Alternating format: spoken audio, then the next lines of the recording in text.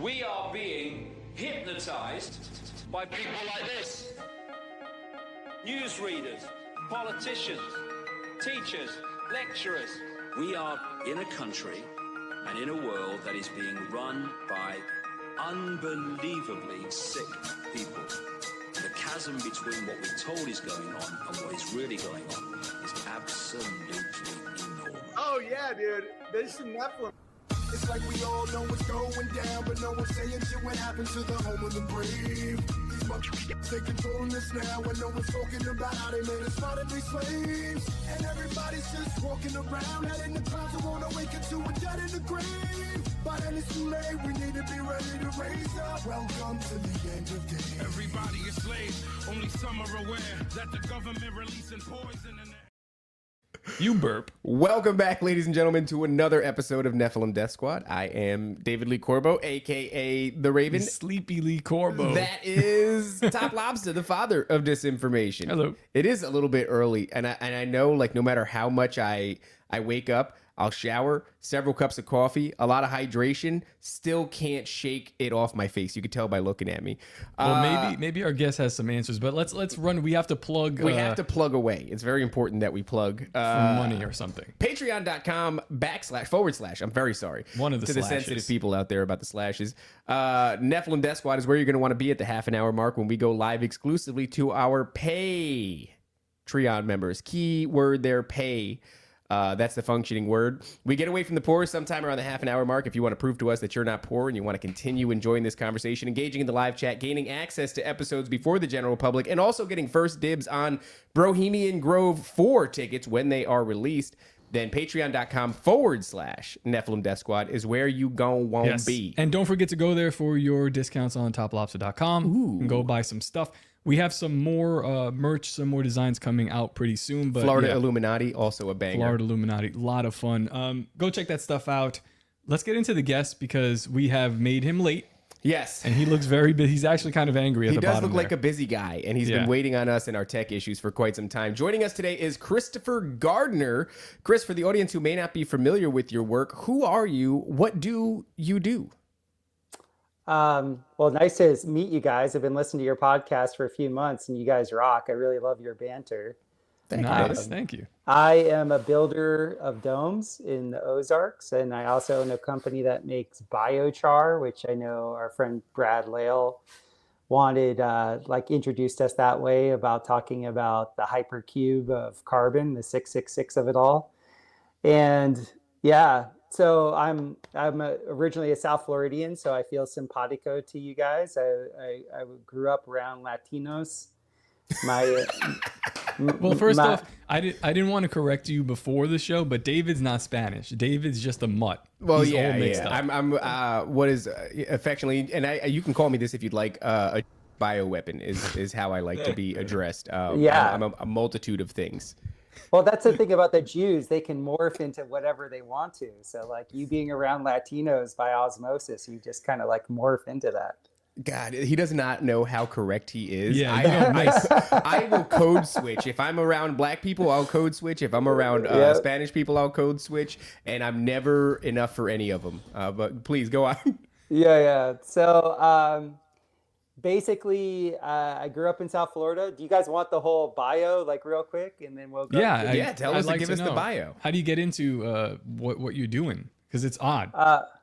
Well, I grew up in Florida where there was some pretty bad hurricanes when I was a kid. Like Hurricane Andrew ripped through, it was about 20 miles south of me.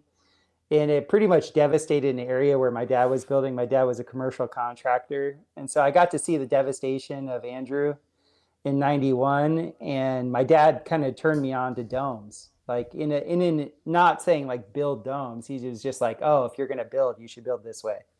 Mm-hmm. And that just was kind of stuck in the back of my head. But I was an athlete. I got a scholarship to go to school at Michigan State, and I kicked for them for 4 years. And so all that was like, I never ever thought I was going to be a builder or anything like that. I was just focused on girls and football and, played a little bit in the Arena Football League after that. And then my body was pretty banged up. And so I got into yoga to fix everything. And that led me into an ashram, that led me to India, and kind of put me in the new age world. And what was weird about that in the late 90s, early 2000s was that it was like I was surrounded by a bunch of professional athletes that were all trying to find the zone. Like pretty much like deep meditation is like the zone when you're an athlete. Which one of you is the pitcher? Which one of you can... I pitch, he catches. That was very that's very rude. Unbelievable. Also very fast. Good job. Yeah. So I was a pitcher. Yeah, so Owen was telling me your exploits. So when you're in the zone as an athlete, it's like one of those elusive areas that when you're not an athlete, when you're not in high stakes situations, it's sort of like hard to find. And so I found as I was fixing my body through all the asana and pranayama, I was also exploring like how to actually make that frame of reference, the zone, be like a common day occurrence without like, killing myself. And that kind of led me to Costa Rica. And I ended up living in Costa Rica for 15 years. And in Costa Rica, I saw, because of all the earthquakes and the storms that they were having, it harkened me back to what my dad told me when I was a kid. It was like, hey, domes are the way to build. And because I didn't have that much money, and I saw a bunch of my friends lose all their investment into these homes that got ravaged by earthquakes, I decided just to go ahead and build domes for myself. And I had a client of mine that he was a massage client actually. And he saw some of the draftings that I had done for my own home. And he's like, that's exactly what I want.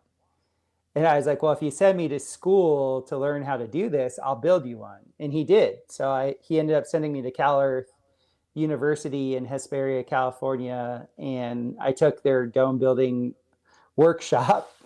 And they thought I was crazy because I told them, I'm like, look, I'm going back and I'm going to build this thing. And I showed them my plans and everything like that. And they thought I was nuts because it was pretty ambitious. And I did. I went back in 2008, built the whole thing.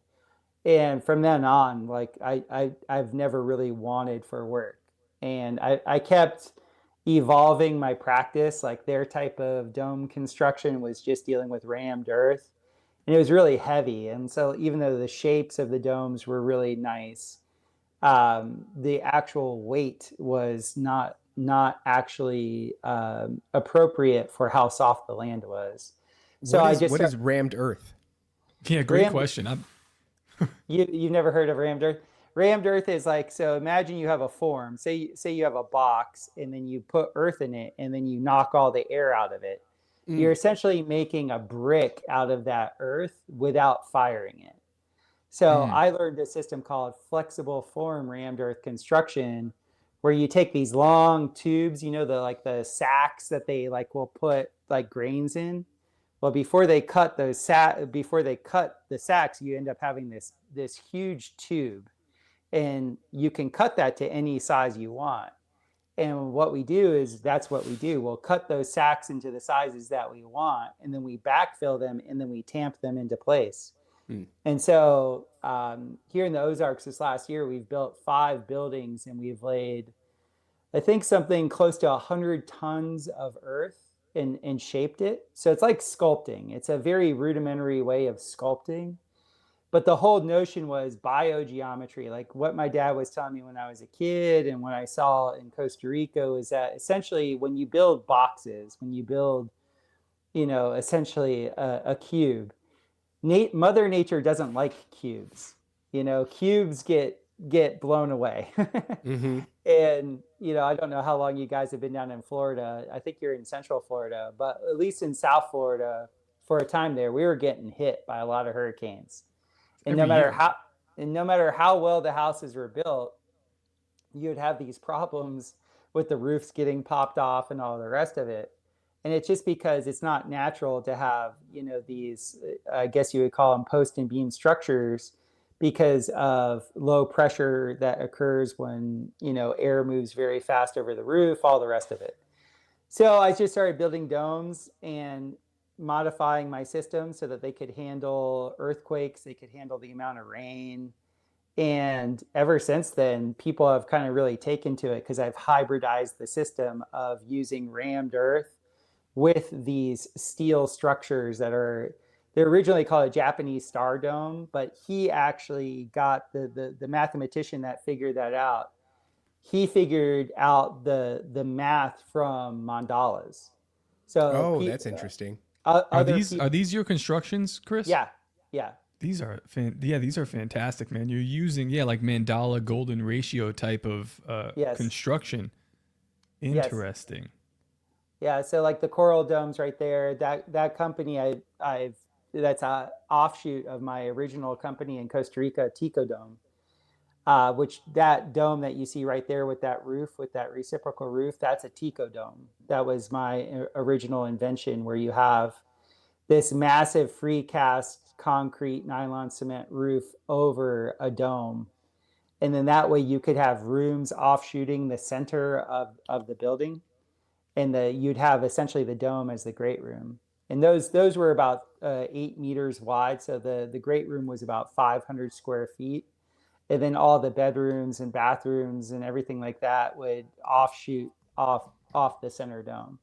How large can you build one dome? This one here looks fairly large, but like, what's the biggest you can build it without, I guess, considering the structure without sacrificing some of the integrity of it?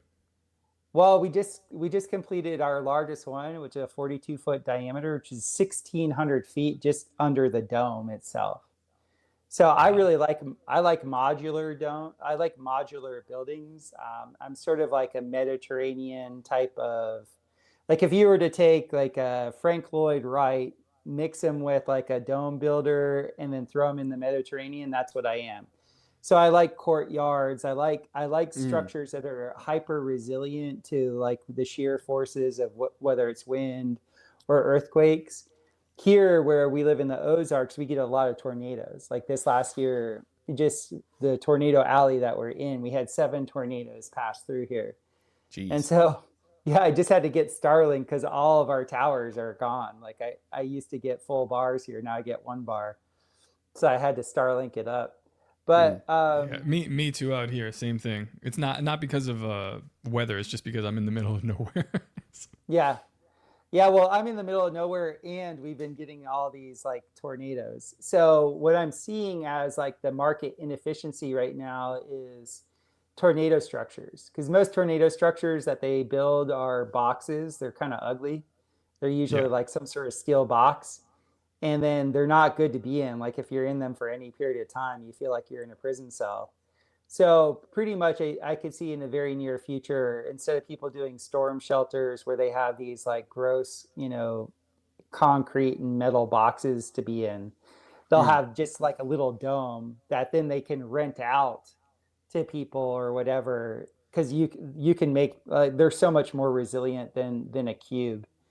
And just because there's nothing for the wind to catch on to, right? It's interesting because the market right now is moving in a slightly different direction with the popularity of shipping container homes, which is fascinating because they're like big steel traps. No, I'm telling you right now, like that was a fad that down in Costa Rica was a really big deal because Costa Rica has ports on either side of the country. I mean, it's the rich coast. So you would have all these containers that were available. By the time you treated the metal, by the time you cut the metal, by the time you made it so that the metal didn't sweat because of the AC and all the rest of it, it was so much cheaper just to build a regular building.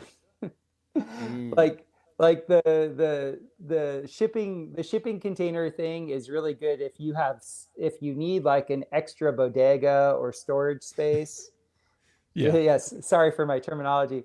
If you need if you need extra storage space that you don't need to temperature control, but whenever you heat or cool metal, it's going to attract water. So unless you're willing to really like seal these things up or get a refrigerated one that has the insulation and has stainless steel, they're not worth their time.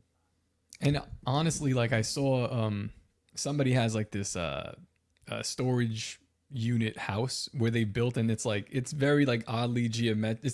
It's strange. It looks like modern art. There's one right around the corner from you. Have you noticed it? They're building one. They just dragged 2 shipping containers onto their property. Looks like a damn nightmare. It does. It looks like a big prison. I wonder.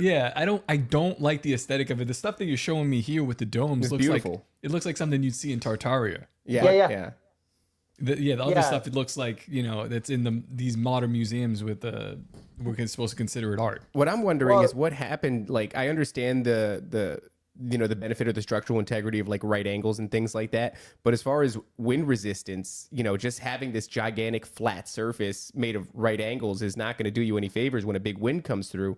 And yet that has become the norm and the standard in certainly in the West here for, hundreds and hundreds of years. And it seems pretty intuitive to say, if you're in an area, like let's say you're in an area that is prone to earthquakes, as soon as that right angle fails, the structural integrity fails and the whole thing comes crumbling down. Mm-hmm. You don't really have that issue when it comes to domes. You also don't have that issue when it comes to wind resistance and domes. You also don't have that issue when it comes to rain and water when it comes to a dome. So it seems so intuitive, and yet here in the West, everything is predicated off of right angles and flat surfaces. What happened? I mean, it seems like common sense.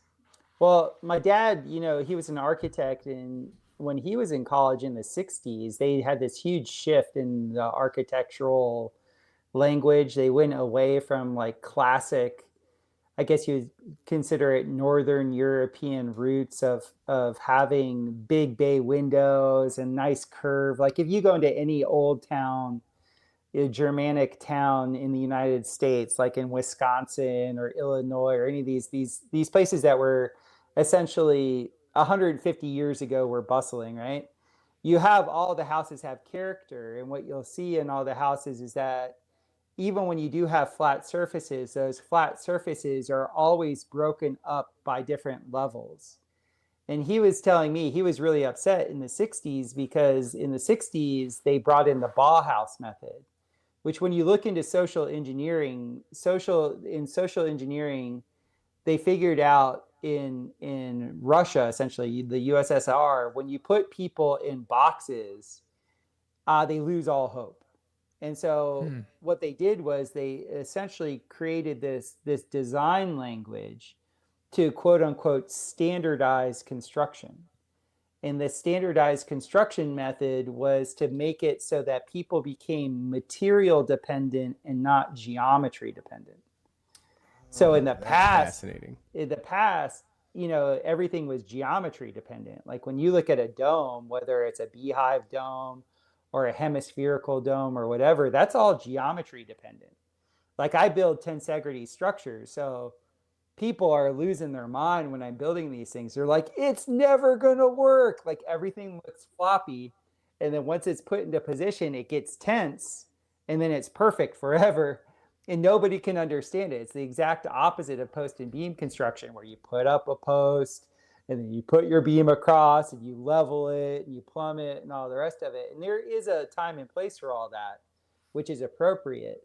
But for dwellings that are going to last a very, very long time, you need to depend on geometry. You don't need to depend on materials.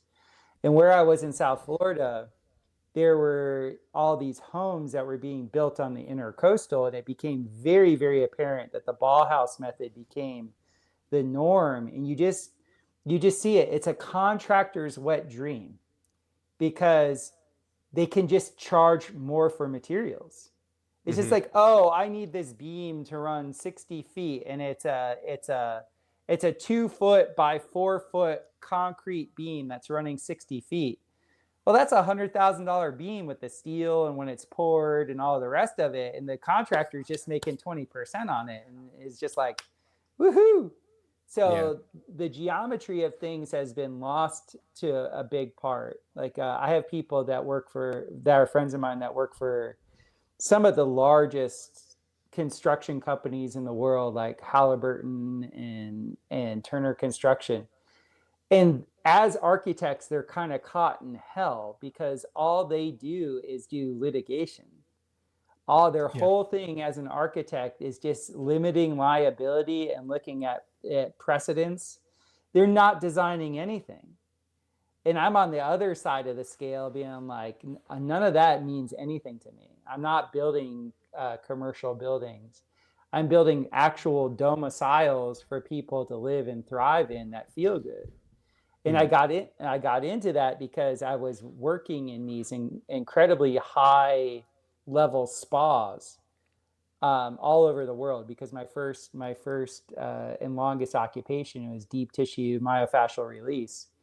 And when you work in these really high-end spas, you'll notice in like some of these spas, the rooms are not cubicle. The way they'll do the rooms, they have very soft edges. And I always noticed is like, I always could like work like all day in some of these rooms that were like just really beautifully curved and manicured. And they had like the water going on in the background. And they had like the good aromatherapy working. And I was like, geez, my body stays vital the entire day. Where if I worked in like somebody's dining room that was like this gross cube, you know, I'd lose my mojo really, really quick, right? So I just became kind of sensitive to like the space overall. You know, all of us have women in our life. That's kind of like what the women do, is they're always kind of like, you know, taking care of the set and setting. Like you guys have done a nice job with your new set and setting that you got. Set and setting kind of like really makes things.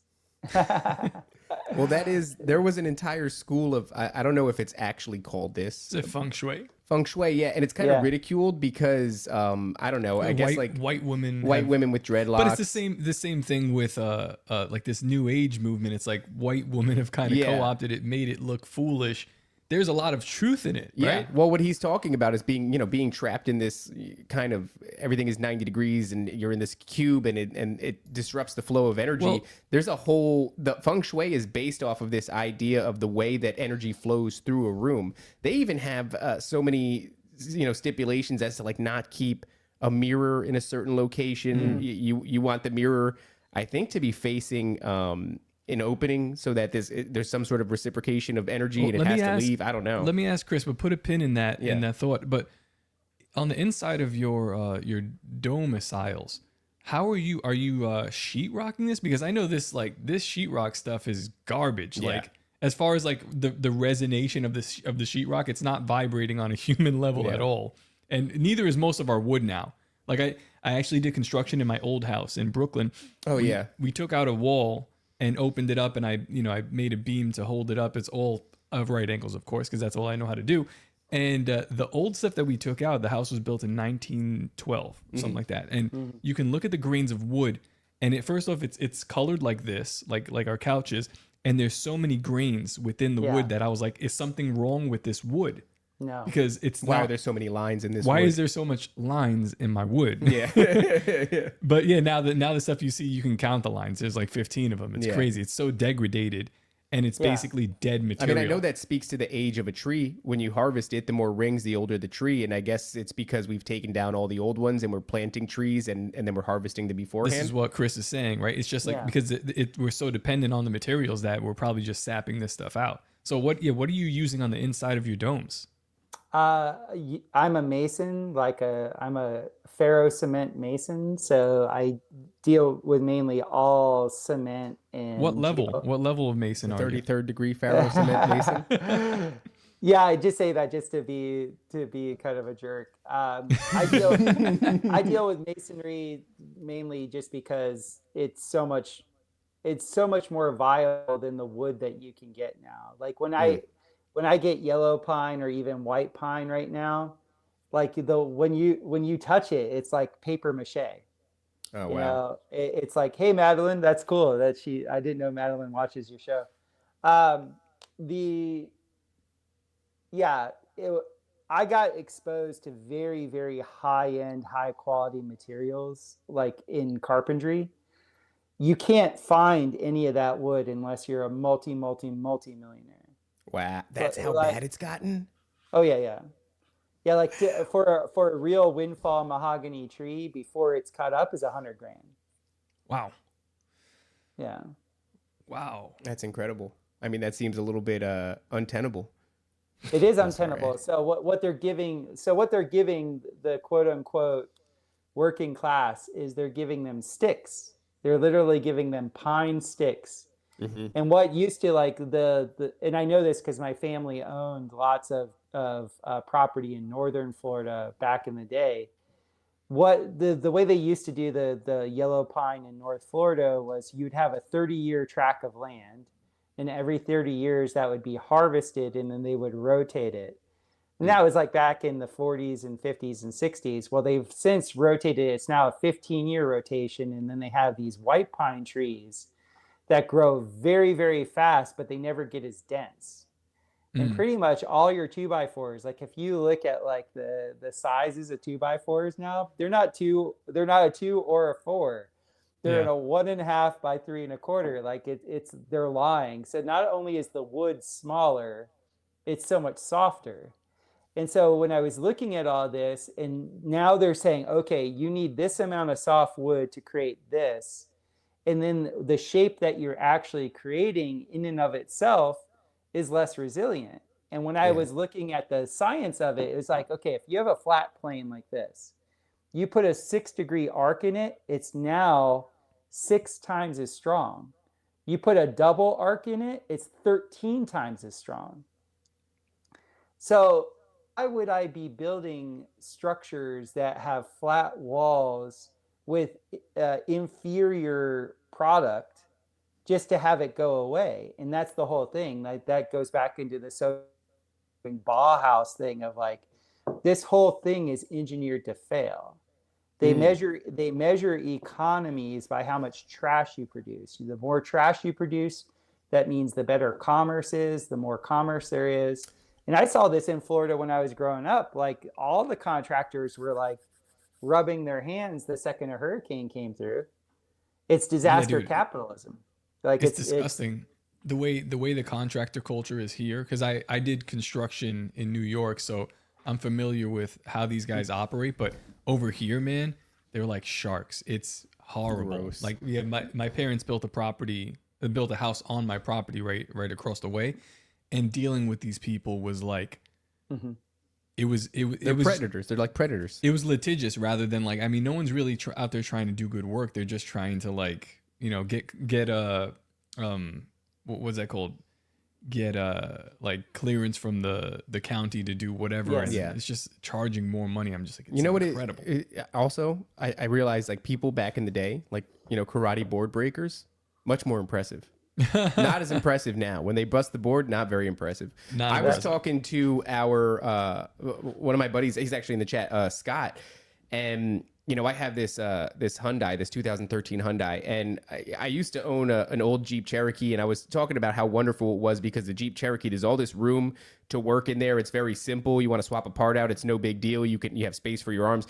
All the new cars are just covered in so much plastic and everything is so computer dependent. And he said to me that the reason they do it like that is because they don't want you to maintain your vehicle. They want you to trade it in. They just want this constant system of trading it in. So now when they're producing these cars, it's not just about the economy of it now, but it's about the potential financial benefit of it in the future in regards to new models that they're going to release. And it's like, but that's the model with everything. It's so annoying though, dude, because you can't maintain. It kind of feels the same. It's like if you build a house like that, you're going to have to do home repairs in a much shorter span than you would. So now it's benefiting that market again in 30 years. Isn't this the conspiracy of the light bulb? Like way back in the day, the filament in the light bulb that would last for like, you know, years and years. And now like we have to like really dial that down because how are we supposed to sell this? Yeah. I do understand it though. Because if you want to have a business, like everything is like that. Dr. Pilkenstein, is that his name? I don't know who the hell you're talking about. I'm like the new Tesla, Oh. but I'm black. That guy. And he crushes. I love that guy. Come on, that's a really good impression. That's a good impression. I know who you're talking about exactly who I'm talking about. He has this wonderful old stove that he's you know refurbished, and it's now his main stove that he uses. I came across one the other day. I was walking past some old antique store. I said, "Look at that! That's that stove that Dr. Pilkenstein, or you know whatever his name is, he has that, and it's amazing because it's still there. And I'm willing to bet if you took that thing from that antique store and you just took care of it and updated it a little bit or refurbished it'll work. It'll still work. Yeah. It'll still work. And we don't build anything like that anymore. No. Nope. No, they've overcomplicated things for the planned obsolescence. And they've overcomplicated things from a materials perspective. And so I've gotten back to like doing things very, very simply. And the geometry is geometry. Like anybody can do it once you know it. And it's very simple. And where I was in Costa Rica, it was pretty rural. Like I was down in the Southern Pacific zone and we were in an area that was wet. And so we had to it wasn't like I could have like concrete trucks, like, come in or anything like that. Like there was no big trucks that could get to our sites. So I had to learn these ways of kind of leaning on manpower and being efficient with materials just because materials were hard to come by. And that actually makes geometry all that much more important. Yeah, this is a Stardom. This is the mandala I was telling you about. So this is scalable. Like this particular dome right here, this is the size, this is the scale of the majority of the Tico domes that I built in Costa Rica. That dome that you see with the red door right there, that was actually a sound studio that I built for my friend Drew. And you can get really cool acoustics. Like when you start to, when you start to play with these shapes and everything like that, it's just like whenever you've seen these theaters or these opera houses and things like that, there's a reason why they used, essentially the conch shell formations and these big, beautiful vaults, because they amplify. They're a literal amphitheater because of what they're doing to the concrescence of the vibrations. It's so wild that we wouldn't emulate nature. I mean, people that are really into sacred geometry are determining that, I like that word. Determining. I should have kept it. I know. They're determining that this geometry is, it's the fundamental building blocks of the realm that we inhabit. You can see it. You're talking about the Fibonacci sequence. You can see that in a pine cone and all these different things. Nature is rich with geometry. Well, what was the church? Just not the nature of geometry that we emulate. Remember that church that we were looking into like a year ago? I forget exactly what it was, but somehow they emulated I forgot what church it was, but it was a cathedral. And when they took the organ that was playing and they recorded it from inside the cathedral and they plugged it into a cymatics plate, or is that what it's called? The cymatics plate? Yeah. And they have all this. I've interviewed the woman that did that whole experiment. Oh, really? Perfect. So tell us, because we were going to butcher it. Wait. No. We have to boot out the poor people before we... He's like, because you're screwing it up. Guys, if you want to hear about the woman and the plate and the organ, you're going to have to go to patreon.com / Nephilim Death Squad. Otherwise, we're getting out of here and the episode will drop in its entirety in about a week. We're really crushing, actually, on the turnaround time, guys. We've gotten a lot better. We're working hard. See you guys later, poor people. All right, so please tell you spoke to the lady. Don't let us talk about it. Yeah. So the woman that did the experiment, her name is Tanya Harris. I've had her on my podcast a couple times, and she's from Ireland. She was going to, I believe, some really prestigious art school in London, and she got really into cymatics and the art that cymatics were making. And she had this idea that, I forget the gentleman's work who she was leaning on, but she essentially read this gentleman that said that every cathedral has a base resonant frequency. And so she took his method, which is a really cool method. You guys would probably appreciate this. You go into the cavity of the structure, and what you do is you record 7 different times the silence of the structure. But each successive time that you record the silence, you're playing the first recording of the silence back. Whoa, why 7 times? There's some harmonic with 7. It has something to do. I don't know exactly. It's interesting. The guitar here at the 7th fret. So do you play an instrument? No. Okay, the guitar has natural harmonics on it. So at the 12th fret, which is the center point from the nut, so the nut and the very bottom, I forgot what it's called. It's exactly half. But at the 7th fret, right here, if you you could hear the harmonics just by slapping it there. There are natural harmonics that occur at the 7th, 12th, 15th, and then you could even get them if you're very good at like pinch harmonics or harp harmonics. So it's interesting, right at the 7th fret, which is not necessarily in the middle or even like 3/4 of the way. It's just there. That 7th fret. I would love for you to measure that and tell me, because there was this. Have you guys ever heard of the name Victor Schauberger? No. Okay, so part of the reason why I build domes and all these biogeometry buildings is because of this Austrian inventor named Victor Schauberger. He was like on the level of Tesla, of John Worrell Keeley. Like, he was one of these really brilliant people. And he created this term called dynamic disequilibrium. And so we're all told that we're supposed to be in equilibrium, which is utter BS. If we're in equilibrium, like from a tonal perspective, that's a flat line. So what he was saying, just slightly off center, skewing like closer to like 66-33 or 70-30, you have this dynamic disequilibrium, and this creates flow in life. And a lot of people look at this as like the flow dynamic between men and women. Like, the male takes the leadership role, like, 70% at a time. And then there's that 30%. And like, if both are trying to be equal all the time, it doesn't work. You get stagnation, right? And so the energetics with what you're talking about and what Tanya was talking about is Tanya was able to show that by the time you played the 7th, you did the 7th recording of the silence with the silence being played back, the whole structure would resonate. And when the structure would resonate, they would put it on these e-meters, and you would see that there was a constructive interference. There was more energy in the system. Well, they took that constructive interference, they actually ran it through a signal processor. I think that's the right way of saying it, to create a sub-auditory sound. And then they were playing that through, I think it was either a 12 or 15-inch woofer with a plate on it for the cymatics. And what was amazing is when they did the cymatics, guess what? The actual form that the cymatic would make of the resonance of the building matched the rose window. Right, that's it. But that's so much cooler than the way we've been lying about it. Let me ask you this then, Chris.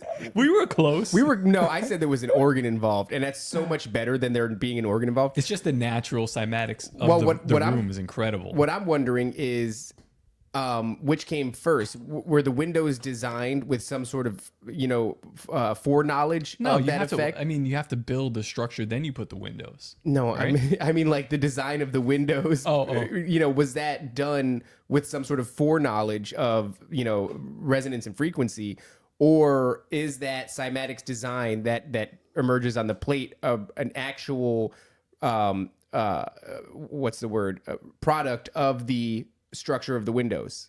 You know what I'm saying? Like, I think they actually had the vibration pattern first, and then design the building around it. Because with Tanya, I actually had a project. We created a proposal for the World Economic Forum. The World Economic Forum, they have this whole grandiose idea to put everybody under these, like, I guess you would say it like these smaller vestiges of the firmament. And in these like domed areas where everybody's going to be living in the future, they want to have these parks. And part of these parks is that they want to measure the I guess you would say the biomarkers of humans relative to plants. So we were given all these parameters, and she wanted me to actually create a resonant structure where the plants would be and the humans would be together, where like all like the heart math diagnostic sensors would be there to both measure the plants and the humans. So we did the proposal wasn't, I never heard whether, obviously didn't go through or anything like that, but it was going to be an art installation of something that looked very similar to a beehive dome, It was just truncated on the top, and it was an actual resonant structure.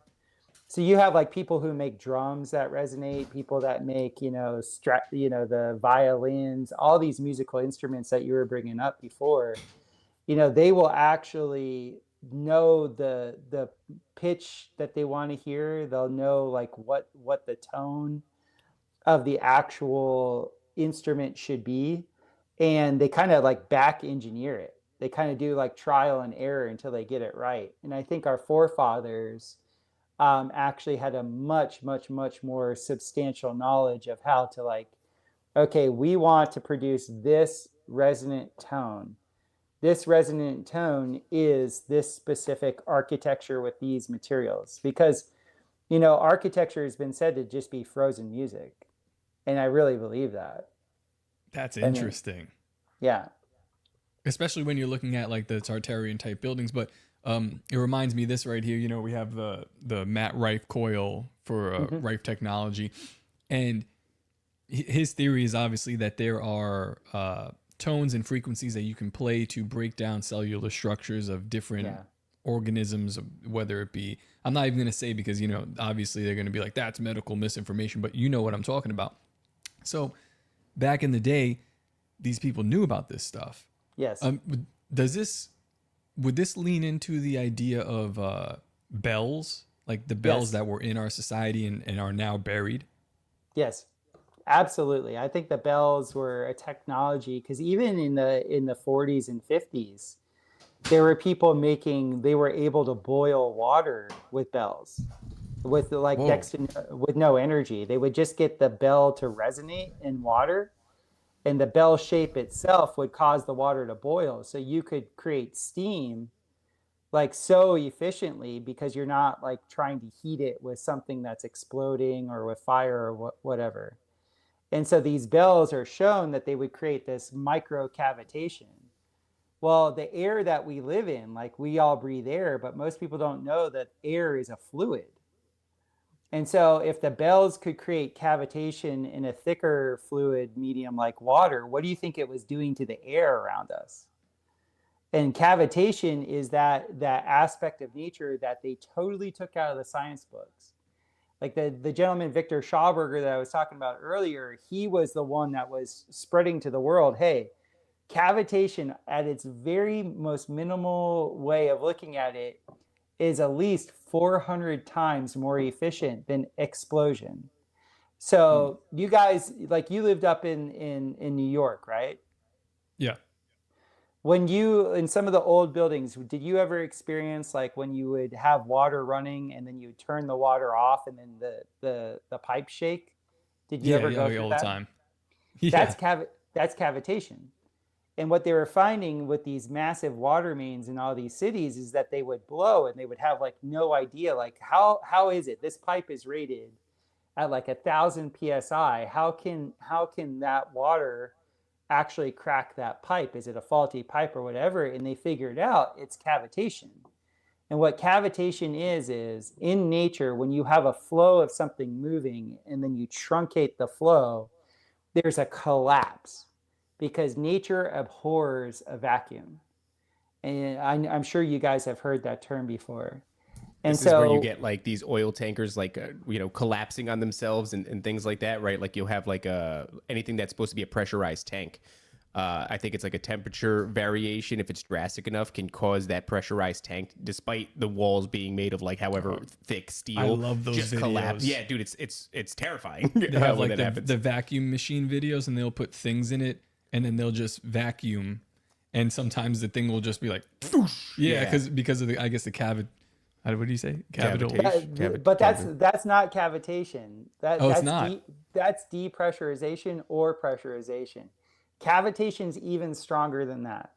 If you ever get a chance to look up the bullet fish, there's this documentary. It has like some British guy talking in his British accent, talking about the bullet fish.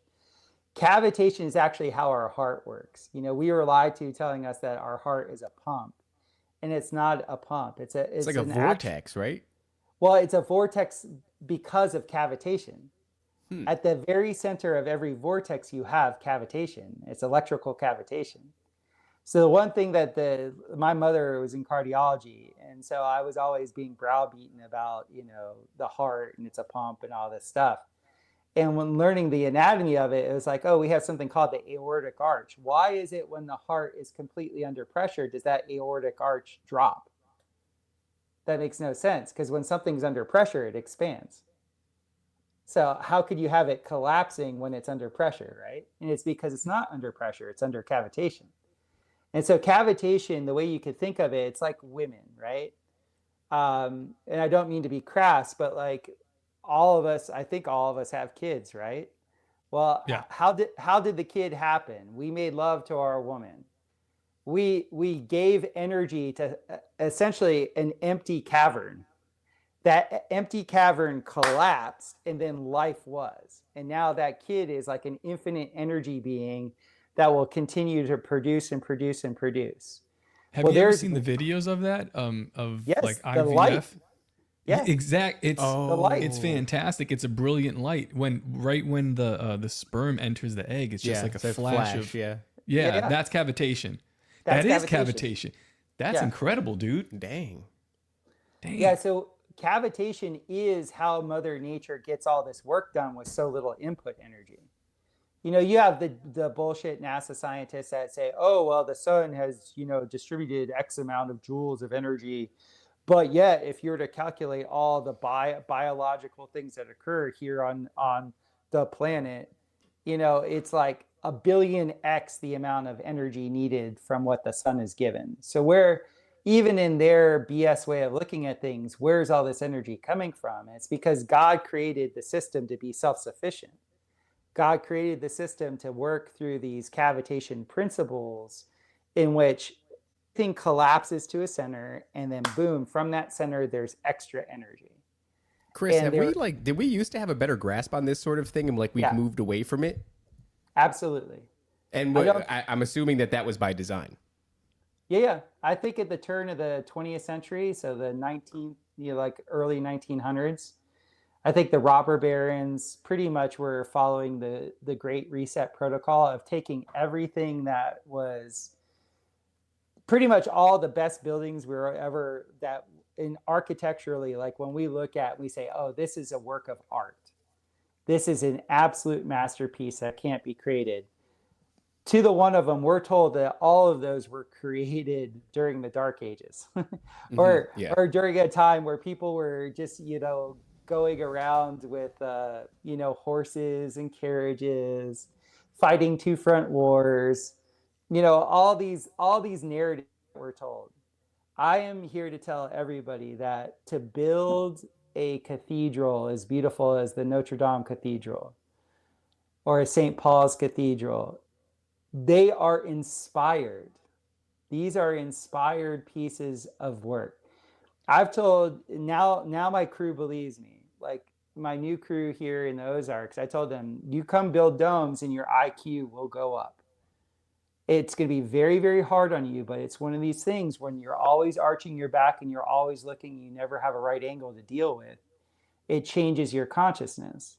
So in that, and being a professional dome builder for 18 years now, I can say people don't understand. You don't have wage slaves building the cathedrals. You don't have wage slaves. You don't have you have these people that take credit for other people's work. And you guys know this, being in media. You guys will have a banger come out, and then like a week later, you'll hear somebody else saying the same that you said, and they'll take credit. Shout out Ian Carroll. Shout out to my mom. She's consistently sending. She's like, watch this TikTok. I'm like, I just made this video. Unbelievable. Yeah. It happens all the time. So we know this to be the norm. We know that there are the creatives and then the people that steal from the creatives. And the creative people are very inspired, and they usually have a trunk line to their creator. They're usually in total jurisdiction with their creator, and they just get inspired, and they do because of the love of it. And then you have the people that steal it and then profit from it. Mm-hmm. And I think you have all these masonry guilds that are out there that are just they found other people's art. They found other people's installations. They took credit for it. They put their stamp of approval on it. And because like almost every great artist I've ever met, they're on to the next thing. By the time they finish what they've just done, yeah, they want some credit, but their mind is already on to the next thing of like what they're going to do next. It's the exact opposite ethos of the Masonry.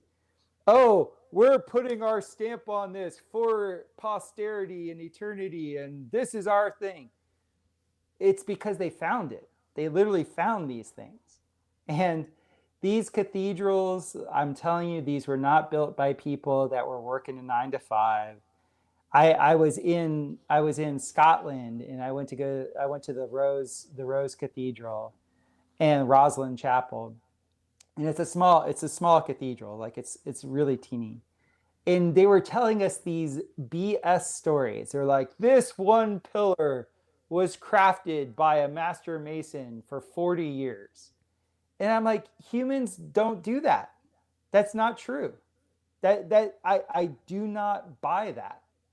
As somebody that manages men that have families and like out there in the field, sorry guys, no, that's and we're told that they're paid a pittance for it, that they were essentially indentured servants that were doing this. Well, that's how you know that it's true, because it sounds so untrue. It sounds so fake. That's exactly how you know that it's true. Well, that's the thing, right? That's the trick, is like if you tell somebody a thing that is so untrue that it strikes you as profound, well, then it's kind of this gotcha moment where you go like, wow. Well, that's it. Yeah. I mean, you could soy face, or you could we were talking with Matt yesterday about why I've always felt I don't know, just like a deep misconnection to what I'm learning in school, because I'm like, oh yeah, this just doesn't seem real to me. Doesn't resonate. I don't have any factual basis. Like, I'm a kid. I'm Yeah. 16 years old, but I'm just like, I'm not going to pay attention. I Because did the same thing with history class. I said, no, this feels incredibly off. false. Yeah, Incredibly false. Can't tell you what it is, but it's not right.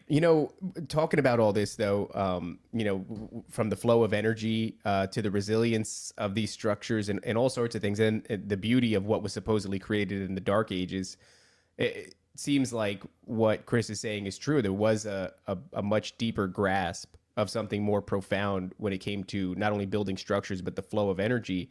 And that makes this whole little season thing. No. The Okay. transition into this like minimalist architecture that's been plaguing everything. It's like you could Very walk nefarious. through this. Yeah, very nefarious, right? Like you could walk through the city and you'll see, that what they're holding up as they're trying to convince you this is a profound piece of art. And you go, dog, that's a cube. That's not a profound piece of art. Or even in the art world, where instead of having all of this intricate geometry that emulates nature, right? I used to say in my grand wisdom, I don't know if you know that about me. This is how we got Hitler. Hitler was doing like really good art. Well, and people, I guess the fad at the time were like, we want like, impressionists, we want abstract stuff. And he was like, I'm going to draw this building. This thing is beautiful. And they're like, nah. And he's like, you know what? We're going to that's like, so making camps. I think that anybody can see this. It's like the greatest works of art, or what we regard as the greatest works of art historically, seems to be man inspired by God's creation and doing his best to emulate it, to mirror it back in some way, shape, or form. And we've gotten so far from that in architecture and in art, where now we're putting, there's like that, famous trope of the banana in the wall at the art museum in like LA or something like that.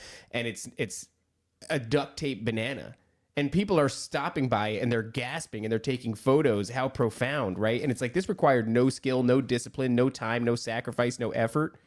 And we're now like all, I don't know, lying to ourselves, lying to each other. Let me ask Chris. So the guys that, because I see what you're responsible for the domes at Berteria, right? Mm-hmm. Okay, so yes. You're just like taking dudes though that come to Berteria. They're not necessarily dome builders, and you're like training them how to do this thing. I recruit people. I'm always, ever since my football days, I'm a recruiter. So I have quite a few people that reach out to me through my podcast that like want mentorship, or they want a direction in life. And depending on who they are and how I interact with them, like how good our, flow is and things like that, I will like invite them into the fold or not. It's a resonance thing. And I know what I'm looking for. Like I have very, very high standards. Like I'm not an easy person to deal with on a professional level if you're working for me, because I'm going to push you to be better. And you're not going to work for me if you're just a wage slave. Like I hate wage slaves. Like people and I'm okay with this about myself. I've never been a wage slave. I was like given very, very high corporate opportunities at age 17 and 19, and I saw the folly of that world. I was actually given like insider baseball at age 17 when I was a senior in high school about how the whole corporate thing works, like from the horse's mouth. So I was like, oh, okay, I'm not ever going to be that. I cannot deal with people that just work for money. Mm-hmm. Like they're not my friends. They're not going to work for me. Now that doesn't say I don't pay my guys, but when I'm recruiting people, they have to show a propensity to want to know more.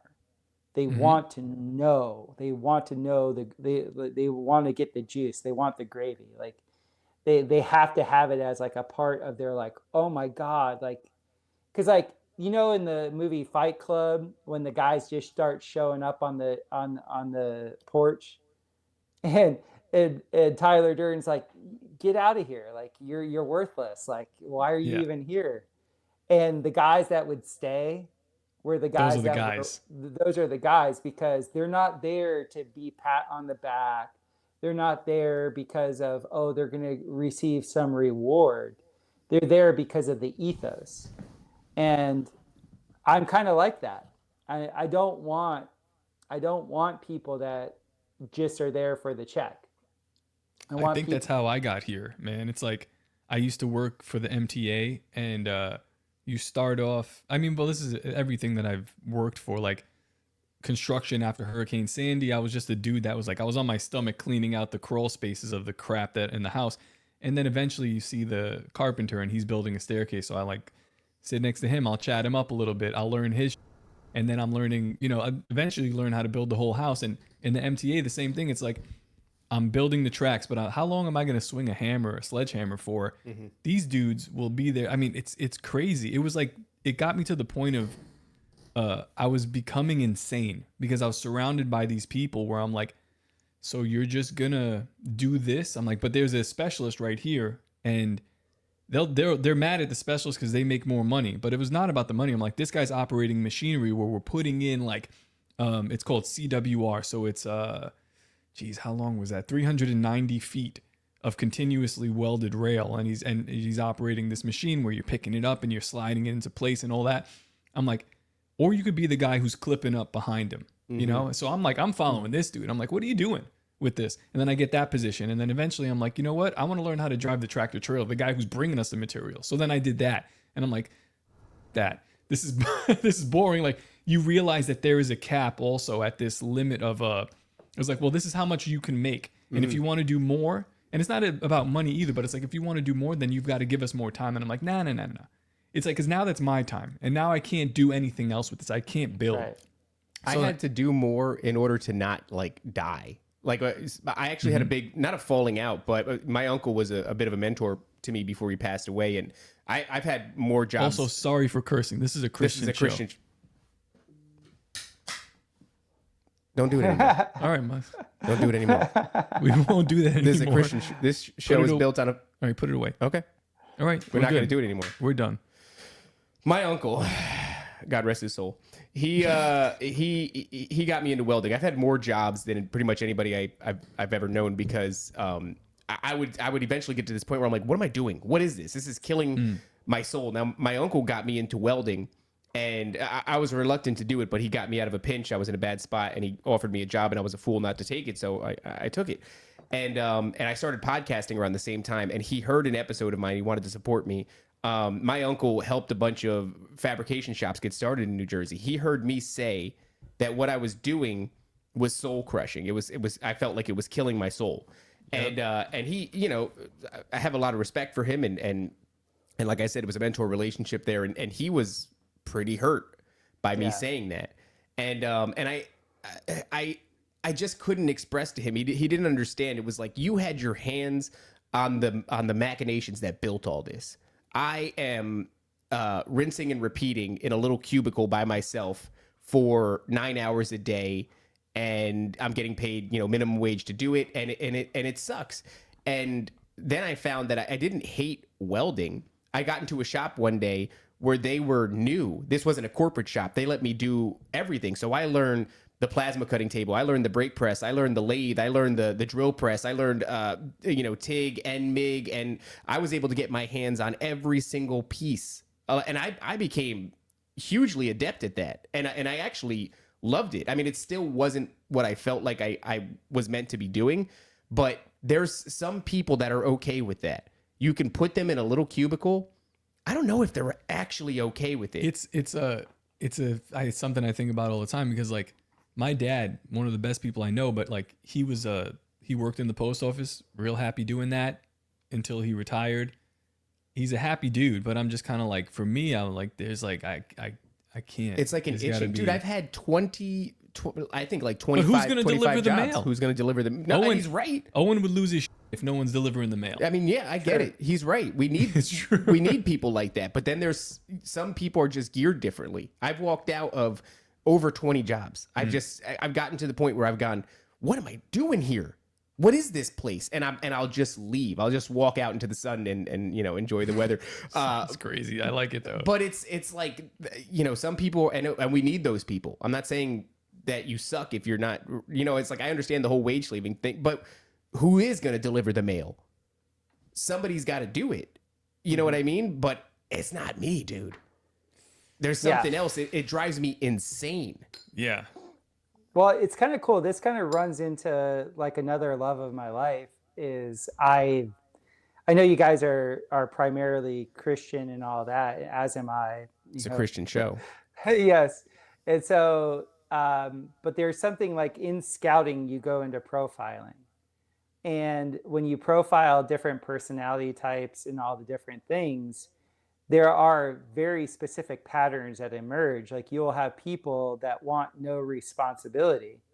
And those types of people that want no responsibility, those are the types of people that just want the monotonous thing because they know that they can do it and there's not much variance. They actually find safety in the variance. Mm-hmm. And then you have other personality types that are much more, I guess you would say, like the athletes that we were talking about earlier, like people that have been put in high stakes situations. When you at one point in my career, I had 8 CEOs as like in my book of clients. And the one thing that all these CEOs shared, and some of them were women, some of them were men, the one thing that they all shared was they all were procrastinators. And the main reason why they procrastinated was because they needed stress as a motivator. I feel like that's me. That's not good. That's what I do on purpose, not good. Yeah, dude, honestly, like, Chris, what you don't understand is, remember today we started a little bit late because of like a tech issue? Yeah. Now, it was a genuine issue, but even if it's not, Top will find a thing to do until right the before. last Crunch second, time. right up until the line. Yeah. Right before. I let my chickens, I let the chicken coop get dirty because I'm like, I could clean it right now, but I'm like, I want it. I need a Right. Psychotic. No, like that. it's the stress because you don't understand. We have all these, our endocrine system, because think about it. If you were pitching at a high level and you're there on the mound, your subconscious is picking up all these cues, right? And that's fight or flight, right? And this causes some people can hyper focus. And what you find is the high performers need stress to hyper focus. So you'll find that they'll get bored. Like a lot of kids that, in my day, I'm 49. I would have been diagnosed as ADD or ADHD because what would occur is I would just lose my attention because things were so boring in school. but I was an excellent athlete, and I was like, I had, a decently high IQ, but they couldn't keep my attention. So I was bored as F. And so I just like, whatever. Those types are usually what become your CEOs, because they're the ones that push boundaries. They're the ones that like are looking at the horizon and seeing if like the Mongols are coming. They're the ones that are at the tip of the spear, because they're okay. They actually invite stress. And that is like maybe 15% of the male population. That's really interesting because so I pursued mixed martial arts for a really long time, and every single time it was anxiety. Driving to the gym to go fight other dudes was anxiety every time. And I remember really early in my experiences there, I had to like speak out loud to myself in the car about like, let's go. You're gonna even though it's all the alarms are going off, and I on some level don't want to do this thing, I need to do this. You want to know how psychotic it is with me? Because now that you're saying that, I'm just even thinking about my pitching career as a young kid. I wasn't even aware of this, but like in college, it's not that I would intentionally go behind on a count, but I'd be like, my dad's like, you're 2-0 on everybody. Like, why do you start off with strike one? And I'm just like, simply can't. Like I threw very hard, was wild, but like operated better under that. Like, 2-0. Now your margin of error is obviously much less. So you're going to have to really dial it in. And I'm like, he's like, you're 2-0 on everybody. You're wasting your pitch count. And I'm just like, it is what it is, man. It's just in welding. The worst job that I had in welding was one where like when I came in, they were like, guess what? There's a grinding room. You're not even going to have to grind your product and clean it up. Like somebody else is going to do that for you. And initially I walked in and I was like, oh, that sounds cool. There's just a bunch of dudes with like face masks in a room, just grinding, covered in grinding dust all day. I just weld. I send my off to them. Worst thing ever. Worst thing ever, because there was no variation. There was nothing. I didn't even put another tool in my hand, but the welding torch and the wire. Like that was it. It's like you need the more, I found for me, the more stimuli, the better. Yes. Which is why we do these things. We do Bohemian Grove, and it's like on paper, it's a nightmare. On paper, it's why would you ever put yourself through that thing? And when you get there, there are 100 moving parts. You're in a room that's loud, that's chaotic, and you are responsible for all of it. There's a bunch of different performers coming on. There's audience members. There's drinks being served. There's this, there's that. You got to get to the next thing. They've got to get on stage at this time. But we just keep doing it. I kind of like it. I feel like I'm not dying. Yeah. While I feel like I'm dying. So you guys know this then also. The best athletes are multi-sport athletes. And it's because there's something called indirect learning. And it's the most effective way of learning. So what I noticed with all these CEOs that I had in my book, and then also like now that I know lots of entrepreneurs that have their own companies, they're all what you would call Renaissance people. They all have multifaceted things. And I can count like, I mean, I can never say 100% of the time, the people that don't want responsibility and want, say, the state or want everything to be provided for them, they're also the people that don't have multiple interests. Like the torture of being an entrepreneur is almost like the torture of being a multi-sport athlete. You're exposed to so much different stimuli all the time that it can't help but seep into making you a better person because you're multidimensional. Yeah. Can I ask you a question? It's not personal, but more like a business question. You have multiple businesses and you are an entrepreneur who it seems that you have obviously been on this same path that I'm on and gotten past it and been successful at it. But is delegation an issue with you? Was that something that you struggled with initially, or were you able to do that? Because with my stuff, it's hard for me to let go and have other people do the things when I'm like, it's got to be done to a certain way. You know what I mean? I think that's a function of maturity. I think, how old are you? 33, something like that? 30, 36, I think. 36, yeah. 30. Yeah, But I'm new to the entrepreneurial thing.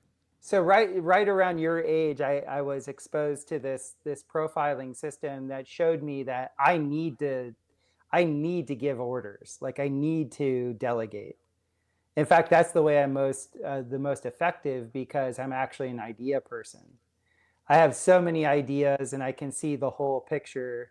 I have a holotropic mind that I can like, okay, this is what it is, and I know what I want. Now, I'm never going to be the great accountant. I'm never going to be the great bookkeeper. I'm never going to be like the perfect draft artist. I'm never going to be this, that, or the other. And in fact, I don't even have the desire to do that. But the overall vision, which is what the CEO is, which is what the entrepreneur really is, they're not really supposed to be the grunt. They're not supposed to be what I call the heavy for that long. You're the heavy initially to get the momentum going. And then once you get the momentum going, then you delegate. And it's up to you to constantly be communicating with your underlings and communicating with the people that are looking to you for leadership. You have to give them leadership. That's the number one thing. The number one thing that people want, other than out in their extrinsic life, like their non-personal life, is they want to be told what to do. They really do. I think I have that problem of like, there's an insecurity of like, I'm going to tell this guy what to do. Oh, this is a Christian show, but I'm going to. What are you doing? Yeah, don't do it. 2 times? Hey, it's been 10 minutes. It's been 10 minutes. I understand you're passionate. I don't like telling people what to put it away. What to do, just regular what to do. Put it away not now. What to effing do. Now you put that away. But that's the first rule in marketing, right? You tell. I'm a bad marketer. You I'm tell a people horrible... what they want. You guys are actually brilliant. Like I've actually come to really like what you do, because you have great banter, and you actually, I love your whole like deriding the poor people. That's brilliant. That's good. But like the whole thing is like you tell people what they want. You got to understand, if you are passionate, if you're authentic, and you know balls to bones what it is that you want, there's a million people out there that need to hear your passion, because they don't have an internal passion. They don't. They're looking for somebody to tell them what to be passionate about. I think that's the struggle with what we were just talking about before, where I'm like, these people that are the 9 to 5 section of people, like, I don't know. I go through a lot of my life. They're the majority, right? He said 15%. Yeah, they've got to be. But like, you go through life and then you see them, and a lot of them are your friends, your family, great people. You love them, and like, I've spent a lot of my time trying to talk to them and like, this is why you should try, and they're just like, huh? Like they don't get it. And then after a while, I'm like, wait a second. But I feel like it's a little bit I don't know. It's kind of like messed up to think like these people are just not in it. But I guess they're just not. I don't know. Yeah. Well, they're just here for a different purpose. Like there's certain people, like I was telling you about the way I was profiled psychologically, is like, you're here because you have very strong feelings and you're here to share them. Right. And like, you have enough ability to show innovation, and then that will carry on and that will inspire. So that's my role. There's other people are here that are just here to be a good mom, or a person that's here to be a good grandpa, or to be a provider in the most like minimalistic sense. We all have different purposes. You can never, paint everybody with one swath. It's like all of us have these different functions.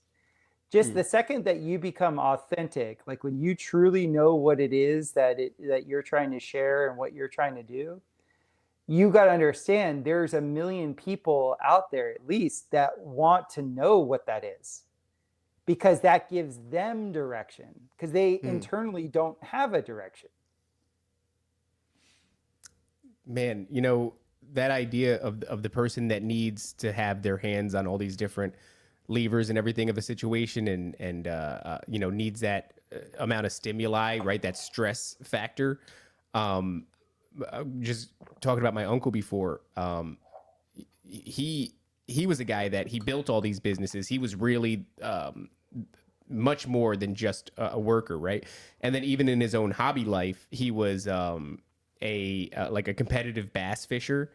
So he had all these trophies for bass fishing that he had won. He was a competitive shooter as well. So see, this is a guy that needs a lot of stimuli. Something happened in his older age. He suffered in such a way that the doctor was like, "Hey, you just can't do these things anymore. Like, you got to just stop." So he sold his boat, and he stopped shooting competitively, and you know, he retired. And so was only acting as a consultant. He would show up and he would give them some advice. And for him, it was funny too, because they would say that they're suffering, you know, these businesses that he helped develop, they would call him in and they go, "Hey, we're suffering in this way and that way." And just from wherever he sat in his understanding of a thing, which was rather intimate because he helped build it, he would always have the simplest solution. He's like, "You're not seeing what the problem is here. All you've got to do is tighten this up and tighten that up." But when he was in that capacity, just showing up occasionally, consulting, no longer pursuing those things, he didn't last very long, dude. It was a pretty short order that he passed away after that. You know, just illnesses just compounded and domino affected. And before I knew it, he was not gone. doing what he's supposed to do. It's not doing what he's supposed to do. And you know, who knows how much validity was in what the doctor prescribed, but it's just interesting because what the doctor is telling him in order to preserve himself ends up being the thing that causes his early demise. I just think maybe that's why I keep my dad at work on the property. Yeah, like you gotta. He whips him. I've seen him whip him before. I whip him. But he seems to like it. You know, it keeps him spry. It keeps him moving fast. Topher, I want to get back onto we were talking about some entrepreneur stuff, but I want to get back onto like the actual geometrics of the things, the domes that you're building.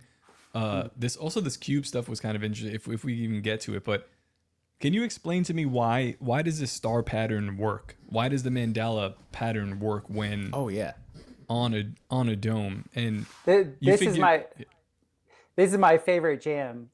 Can you guys hear that? There's like some alarm coming through my speakers. Is it coming through on your side? No, we don't hear anything. Huh? That's very odd. Let me see something real quick. I gotta. That's where it's coming from. Sorry about that. No, it's we didn't even hear it. You could have just lied to us and kept it going. We would. It's probably driving him crazy over there, though. Yeah, there it goes. Okay, now we're free of that. So, okay, this is like one of my favorite subjects because unfortunately, people, whenever they see a pentagon or a pentagram, they associate it with Satanism. And it's not that. What occurred is the Satanists figured out, just like the ancient, like all the ancient people that built with sacred geometry, they figured out this thing called the incommensurate geometry. And the incommensurate geometry is like, so you guys have seen the Pyramid of Giza, right? The Great Pyramid of Giza. Yes. If you were to turn the Pyramid of Giza and see 1/3 of it one side and 2/3 of it the other side, the triangle that makes is it's the 108 angle at the top, 36, 36. So it's not like when you're looking at the pyramid dead on, it's 52 degrees. When you turn it to its side and you see 1/3 of one side and 2/3 the other side, this is this incommensurate geometry. And what that means is it's a fractal. You can cut it on any one of those lines and it keeps repeating itself. Well, the reason why this was glorified in ancient cultures was because it's the ratio of, or it's the geometry of hydrogen to oxygen. And the geometry of hydrogen and oxygen is just another way of saying water. And we're told water is memory, right? So we're told that water has memory in it and all the rest of it. You get super dehydrated. I see you drinking that coffee. F that water. No, like, so I don't know if you've ever gotten like super dehydrated and you can't think, you know? It's because our bodies, you know, our gray matter doesn't really do much other than be an antenna. And when that antenna has a lot of water in it, it can like pick up, you know, all the information in the noosphere. Like the noosphere is essentially the informational field. And so you'll see, like I do deep tissue myofascial release. So like when I get in there into the muscles, there's a layer of the fascia. The fascia is like the sheathing that goes over everything. Well, they now know that the fascia, there's a water layer of water that goes underneath that is actually our nervous system. All the stuff that they told us about, dendrons and dendrites and neurons and synapses, and it's utter BS. Those things are there, but they're not doing things like they say they do. It's not like a billiard ball that one knocks the other, because we show that we do a lot of things instantaneously. Like when you were pitching a baseball, half the guys that actually got a hit on you started their swing before the ball even left your hand. Yeah. Now, how is that possible if it's only a nervous system thing? And the truth of the matter is we're moved, we're not the mover. And water is the medium water is the medium by which we're receiving signals from our environment, and then have our locomotion to do whatever work we need to do. It's also like, the best data storage thing ever. Like when you look at the future of data storage, it's all based on, we'll get into the biochar and the hypercube and all that, but it's all based essentially on this incommensurate geometry and hypercubes. So either way, you have this beautiful geometry that nature uses to kind of distribute information. And in the past, they used this and they encoded it in almost every structure. Every Roman Colosseum building that you see where there's like 6 or 8 pillars, there'll be this triangular arch form that like connects them all. That's the 108, 36, 36. And so when you look at a pentagram, all that is 3 of those triangles that are turned 72 degrees from each other. So that's what makes a pentagram is 3 of those, I guess you would call it profile pictures of a pyramid just turned on each other. And the pentagon is the same thing, but if you were to just flip the triangles out, that gives you the 5-sided pentagon. And for a long time, the Pentagon, the actual building that they built in the United States as the Pentagon, was the largest building in the world. And they used that shape for a very specific purpose. It was satanic purpose. It still is satanic. But what these Satanists are doing, they're kind of co-opting just a power that's inherent in nature. And that power is water. I shouldn't just say water. Like, I don't want to sound like too much of a naturalist about this. It's that in this, we're purposely not taught that we live in a fluid. Like, we're taught that we breathe air. This is the idea of like aether. Well, it's not just that. Ether is actually more subtle than the actual gases that we live in. When we're breathing mostly nitrogen, a little bit of oxygen and a little bit of carbon dioxide. Like, that's what we're breathing. But it's in a medium that's a fluid.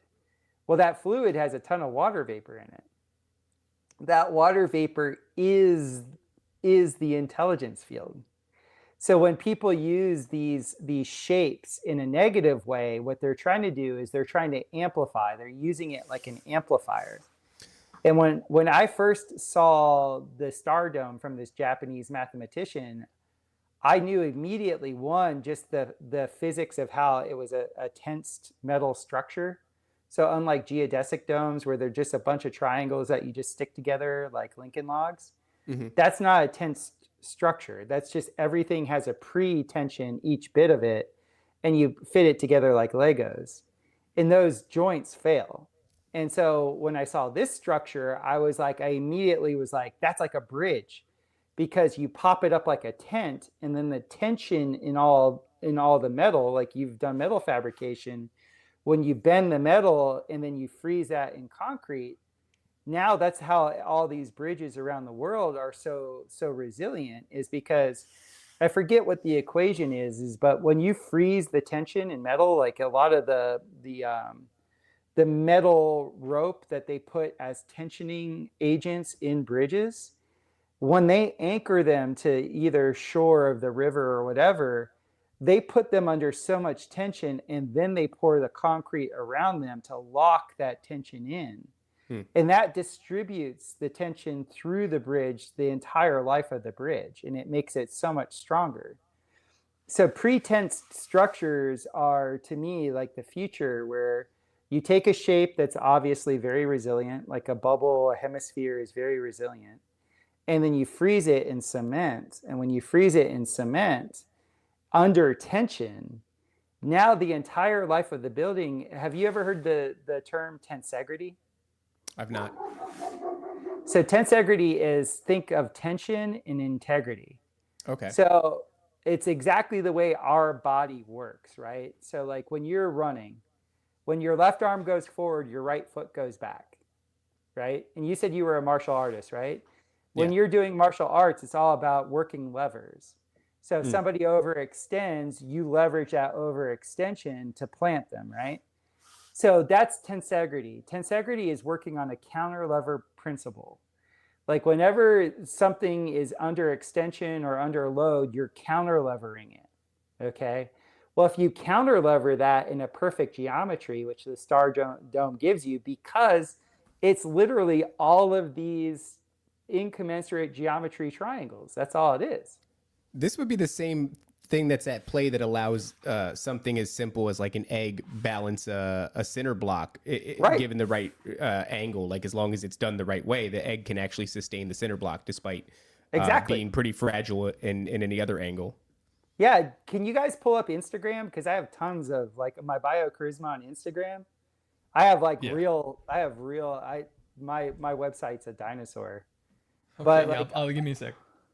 Yeah, on Instagram, I have like, we just built this 42-foot dome, and our struts, you'll laugh as a welder, our struts were 4-inch flat bar by quarter inch flat bar that went 66 feet, man. Wow. And then we did our overlaps, and we had this huge crane lift the whole thing up. It looked like a jellyfish. And then we mounted it to the sides of this 131-foot long ring, and the whole thing gained tension. I think the last video I put up there was of the actual. So pulling it upward created that tensile strength? Well, because everything starts to arch downward? Exactly. Let me ask you a question. This sounds kind of stupid, but I was reading the Bible yesterday, and it says that Abraham was like a nomadic dude living in a tent. Do you think that the word tent, because what you're describing when we say tent, like, you It's pop like this, a tent, yeah. Like you're describing a tent that's like popped up, but it's like very strong. And I don't know, do you think these dudes were like doing something like this and with like dome type tents, or what do you think? I had these cats last year at the Bear Fest 2024. They came to me and they were convinced that the tabernacle was a dome tent. That's interesting.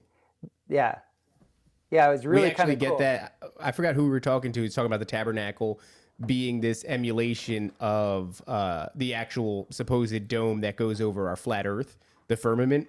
That the tabernacle was a miniature but to scale reproduction of that very same thing. And I was like, I don't know, it's pretty interesting. I don't know. Okay, so here we go. We have your Instagram pulled up.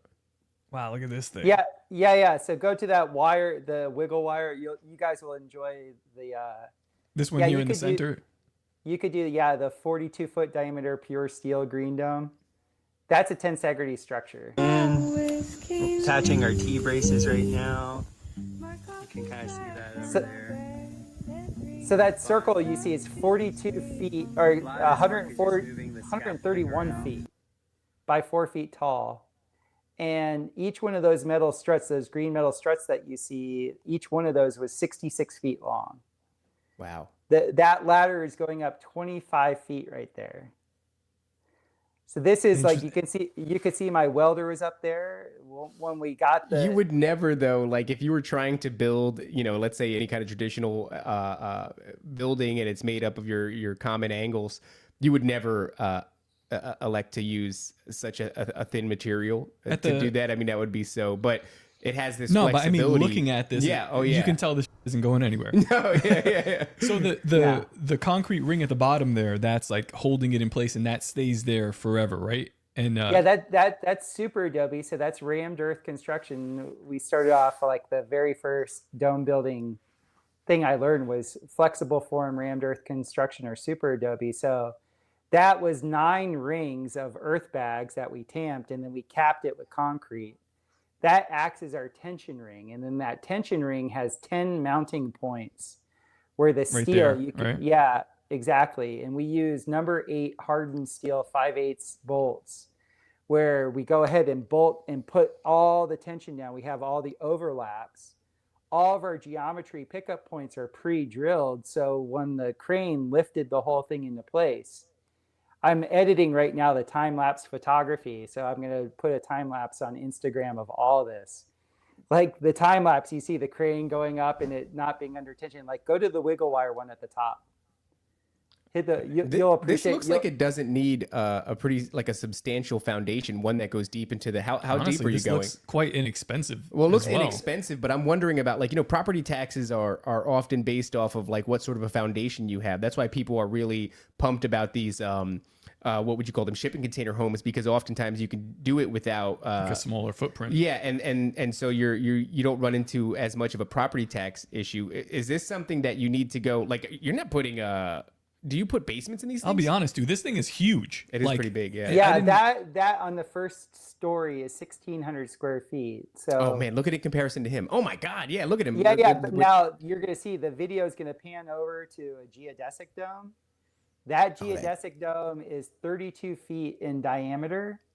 It's teeny, and you can just see the difference in, like, one's a very male energy, like with all the, like, hard, sharp energy. Yeah. And that's the geodesic. That the joints are already failing on that one. And that one's only wow. like three years old. Now I like geodesics. I think there's a time and place for them. But my company is built more on the Stardom ethos of, like, okay, we're gonna put up these where they're perfectly round. Yeah. Where we get a perfect spherical or hemispherical shape. Like, this is just a greenhouse, right? But I sold it to my customer by saying, like, look, if you ever want to convert this into a home, it will be no problem. Like, there's zero problem with taking the plastic off and then us putting ferro cement up. Because ferro cement is usually the shell that I use, and ferro cement just means thin shell concrete. Okay. It's very much similar to what you were talking about with the old homes with stucco and lath. We just use a very specific form of stucco, and we smush that through multiple layers of wire mesh that create this very thin shell that's mechanically extremely strong. And then what we're doing at Barataria this year is we took it even one step further, which is like my brainchild, and that's with nylon cement. So nylon cement.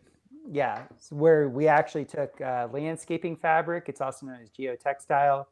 We saturate that in a cement slurry, and then we drape it over that wire frame that you just saw. It's like paper mache. Almost. And then you let it dry like that? Yeah, every layer that you put on top of it, you gain 2x the compression strength.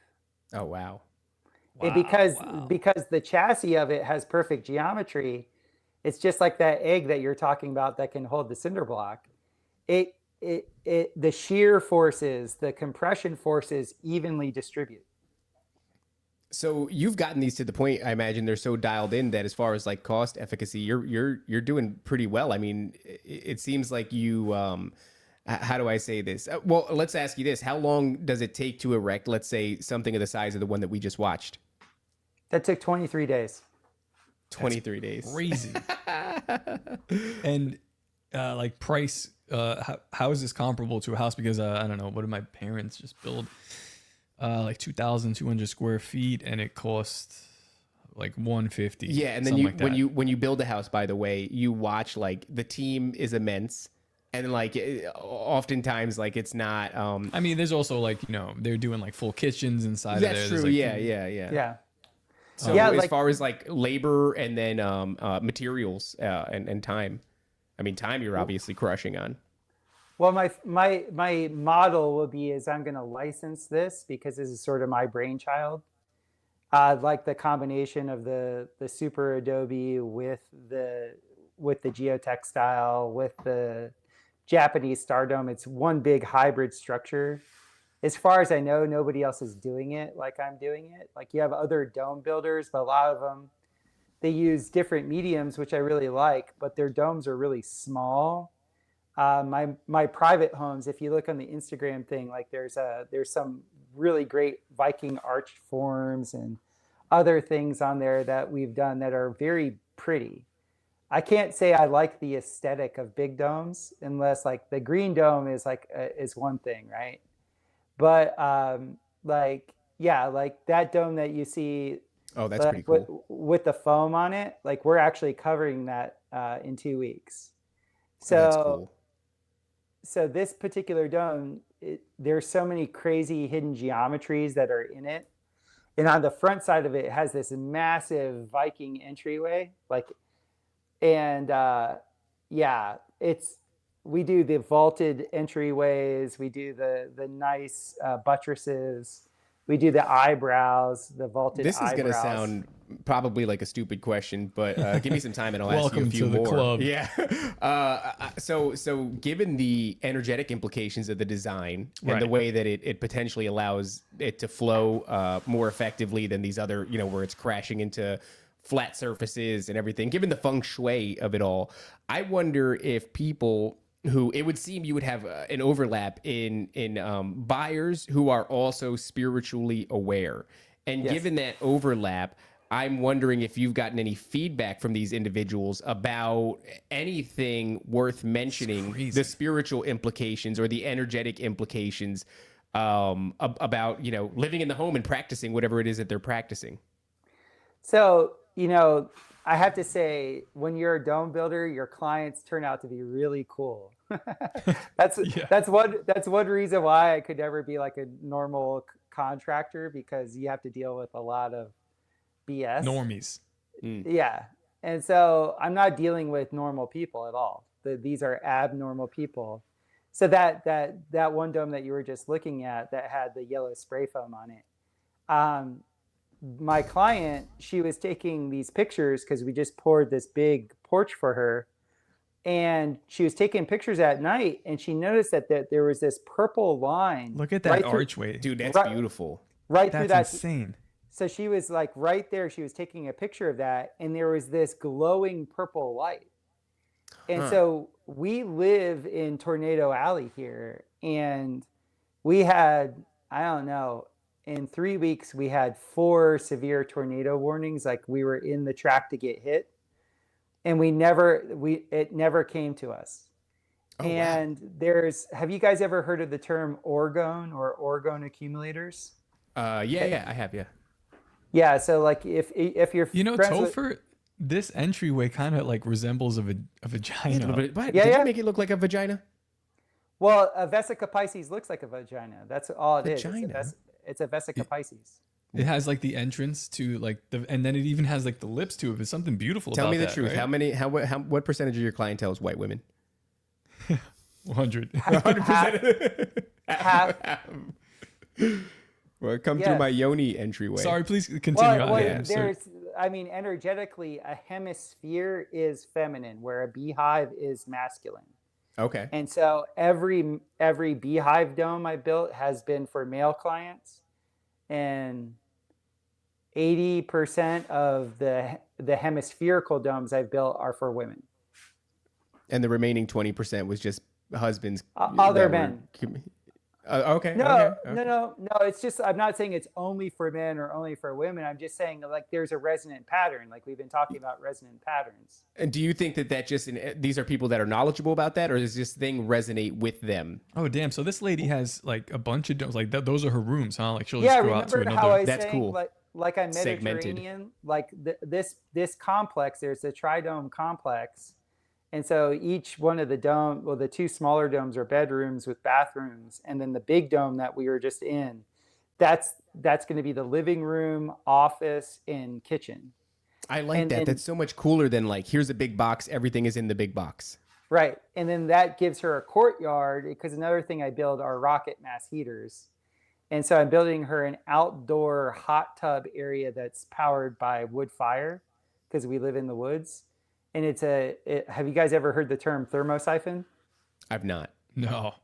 You've said a lot of things that I don't know what they are. Oh, I've just been nodding. Yeah, I'm doing a lot of nodding. Like, yeah, dude, crushing. We big totally words. know. Yeah, thermosiphons are a really cool technology where you can like freely Oh, look at distribute that. heat. Yeah. So like this whole dome in and of itself is like, it's mainly masonry. We put the foam on to insulate the top of it, but we have a rocket mass heater in it that's going to heat and cool. Like with the rocket mass heater, we get thermal differential where we can generate electricity. But this is like a showcase, spot. Like this is going to be a triplex. That's her private home, her and her husband's private home. And yeah, like we're going to finish crazy, Chris, after Bearfest. I have a major in fire protection and management. I'm looking at this thing. I'm like, I don't think this thing sets on fire. No. Like, I don't think this thing is very flammable. It doesn't even have... Yeah, it doesn't look flammable. No, in the future, I'm going to actually, instead of using closed cell foam, I'm going to use aircrete. And I'm going to impregnate the aircrete with biochar. That's my other company I have. And the biochar essentially fireproofs it and it proofs it. It makes it so no can get to you inside. Chris, you ever wonder like who you're gonna make mad doing this? Somebody. Seems like a lot of a lot of the industry would be like, hey, It you also- don't like that lasts a long time, doesn't set on fire, doesn't allow waves to give you acid, like all sorts of things like that. Seems like I'm not in insurance trouble. companies. I'm not in trouble because there's only like 3 people in the world that want them. Oh, all right. Now I gotta ask you this then. Given your Christian bent, you're leaning towards Christianity, and there's obviously a real spiritual clientele that's going to be interested in this sort of thing. I'm not asking you to out your clientele, Chris, but is there anybody that's got you going like, who am I building a dome for? What is this person about? You should probably.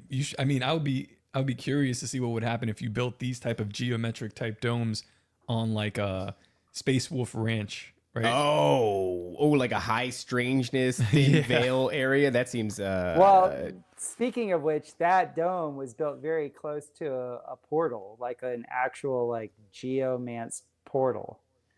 Like I think the portal like brought that dome structure to it. Ooh. Yeah, like I'm not one of these people that believes that like what is it called? Dowsing is evil. I don't think dowsing is evil. Oh, that's where you're searching for water. Oh, that's interesting. As a builder, I need to know where the groundwater is. I learned how to douse just because I build, and I can't have a flowing water go underneath a structure. You just don't do that. Okay. So how deep can that flowing water be? You're in Florida, like you pretty much have water underneath everything. But like underneath everything, yeah. There's a reason why Florida has this transience to it, and one of the reasons why is the geology there is essentially you're just on a floating piece of coral. That's the geology of Florida. And so it attracts transience. It doesn't attract permanence. There is a lot of trans in this area, honestly, which is really weird. Tell them about Matthew. Yeah, we have to tell you. I know Matthew's in the chat, and he's very upset if we don't tell you. But we're working a documentary right now. It's a gentleman by the name of Joe Gilberti, who unfortunately was just sentenced to 15 years in prison. That's a little bit of an update for you guys who have been following along. But to make a long story short, he discovered what seems to be like primary waters about 1,500 feet beneath a property that he has a parcel of here in Florida, and it's alkaline. Well, I don't know if I'm allowed to say that because you're allowed to say. We just can't say that it does anything. All right, yeah. So it's alkaline water, and it's high in minerals and all sorts of different crazy Structured things. water, yeah. And it's potentially enough to service at the minimum all of South Florida. They did a survey, they dropped a camera down there, and the language that the guy used was, "This is an ocean." He tried to get it to the people's attention. He tried to say we should be using this. Now apparently there's a company called Mosaic Agriculture who has access to this water, not too far from where this well was. I think Nestle probably isn't pumped about it because they have their contracts over the wells. I mean the springs that exist. And so the more this guy tried to ring the bell about it, the more they said, hey, why don't we throw him in a cage? Why don't we put him in jail? Let's put him in a cage. Let's strip him naked. Let's spray him with water. He's been there for, I think, about 2 years now. And unfortunately, he was just sentenced about a week ago to 15 years. So we're working on this documentary. The individual who found it many generations ago was a Freemason, interestingly enough, or at least was alleged to be by the people who we spoke to when we were recording. And we had asked his son when we went there, we said, why that spot? Because it's a 15-minute drive on his own property, and it's not convenient to where his house is. So I was like, why would your dad build a well here if the house was always quite far away? And he said his dad was using dowsing rods. Yeah. Walked to one of the higher parts of the property. They drilled down 600 feet. 600, yep. Which is twice as deep as you need to go for a general well in Florida. Hit bedrock, continued to, he told or him like keep limestone, going. Whatever it is. Yeah, limestone. Yeah, he's like, keep drilling down. They went down 1,508 feet or something like that. Yeah. And this is where they find this well. But the guy is using dowsing rods to locate this specific area to tap into this well that apparently extends to Alabama. That's the idea is that it's like part of the aqueducts that flow from like Alabama, Georgia. Aquifers, yeah. What the hell is an aqueduct? Aquifers, yeah, that come from that far up north, and we are in Central Florida here, so. I don't know. It's a weird thing that we've stepped in, and I'll tell you the truth. I am. It's quite unfortunate that this is such a dire situation and it's such an important topic, and there's an individual and his family who are suffering a great deal because of the implications of this They're water. Good people, man. And who they have is a couple of retards in old leather chairs to talk about it. We're trying to do what we can to bring attention to it. We're trying to do a documentary. We've never done a documentary before, but right now we're the loudest people that these folks have. Really, this needs to get out to somebody who's bigger than us, but we're doing what we can right now. But yeah, it's just interesting because dowsing rods are also called divination rods. This interchangeable terminology there. So it sounds spooky, but maybe not. Maybe it's just how you find water. No, they can be used for extremely practical purposes, and it's not demons telling you anything. It's literally very simple science. I like that the demons would be like, here's the water. No, because that's the divination part of it. That's what I'm saying. Things get overlapped, and people using it's like what I was talking about with the pentagram. People will look at the pentagram and say, oh, that's satanic. I'm like, no, it's powerful, and it's used by Satanists. Divination rods aren't just divination rods. Divination rods are also dowsing rods. They will tell you where water is. They will tell you where electricity is. They will tell you where fault lines are. They will tell you where dragon paths are. They will tell you all these things. Wait a second. What's How that? dare you? What's a dragon path? What's a dragon path? A dragon path is when you have a line of water that crosses over a fault line. Oh. And it creates this spiral. And usually in those spirals, it's like a nexus zone where you get Yeti sightings, you get ball lightning, you get all these weird phenomenon. And it's essentially where you have geomantic stress. You have an area that's more liminal, and you have just energy that can flow from, let's just say, to make it simple, the lower realms to the upper realms more easy. It's like the veil is thinner. Yeah, that's interesting. That's why we often have that discussion where it's like people will describe a very strange situation, maybe passing through what they perceive as a portal, and it's usually accompanied with streams running water. I had crossed over a stream, so it's like there's this flow of energy and water as a conductor, and how these things interplay will amplify whatever high strangeness already exists in an area. You really make me like Owen Benjamin even more, because it's like he found this guy, and not only did he find you, but then he's like, we're gonna start building these domes. We need to build a damn dome. We need to build a dome, yeah. Out here, well, yeah. I've been looking at plots of land, and I'm like, what if I just bought a plot of land?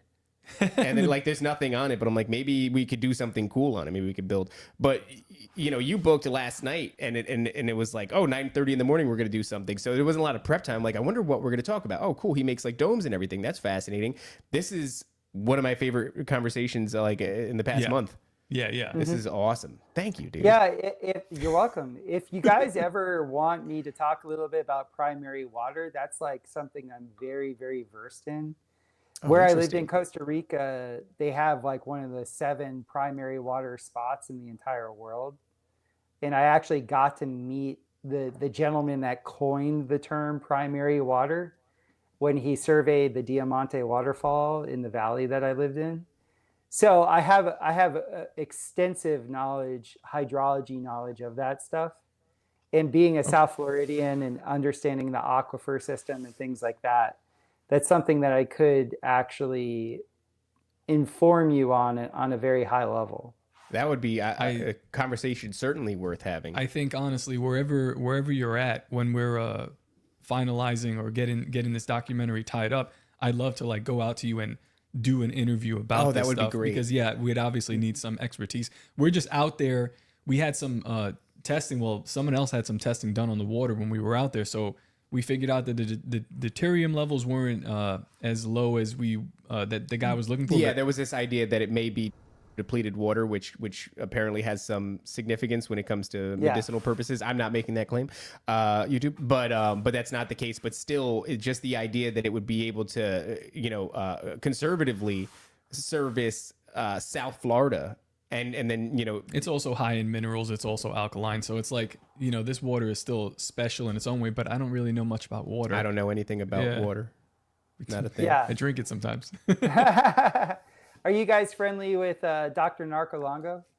Yeah, we are. We had him on the show before, and he's had some very fascinating things to say about Florida and how it could even potentially have been the Garden of Eden. And then you have this whole water situation down here, and it's like Florida just continues. It's the state that keeps on giving when it comes to strangeness. Yeah. Yes. Yeah. A liminal space.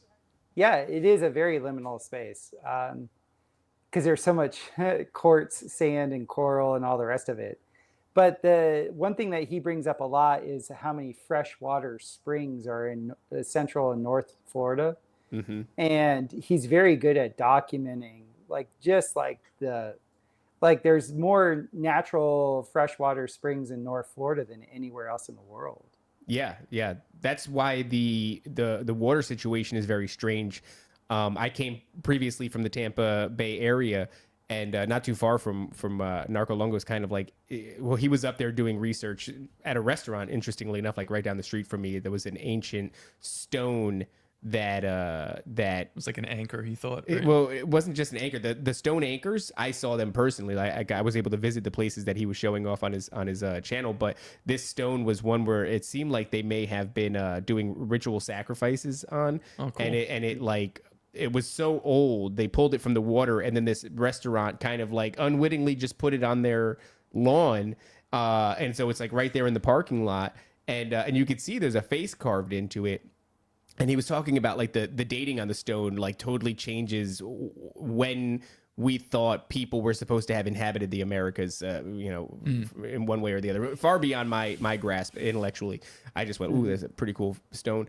But the water situation in at least my area back in Port Richey, which is, Tampa adjacent, is terrible. The water itself, like from the tap, was terrible. Yeah. Yes. And I just kind of assumed that moving to a place that had more natural springs than anywhere in the world, you would have a pretty good water situation going on. Not the case. Not at least what the public is getting access to. Well, the big problem when you have such a porous mantle, which is what you have in Florida, and you have a lot of people, is you have a lot of poop you have to deal with. Yeah, a lot of poop. And when I lived in South Florida, I bet you it was very similar to where you were near Tampa. Is in South Florida. I left South Florida in 2006. I had a home in Boynton Beach, Florida. and the county was actively bragging that they were pumping sewage into the aquifer because there was drought for so long, that they had this brilliant idea that, okay, we're going to offset the volume of water that's been dropping in our aquifer by just pumping poop into it.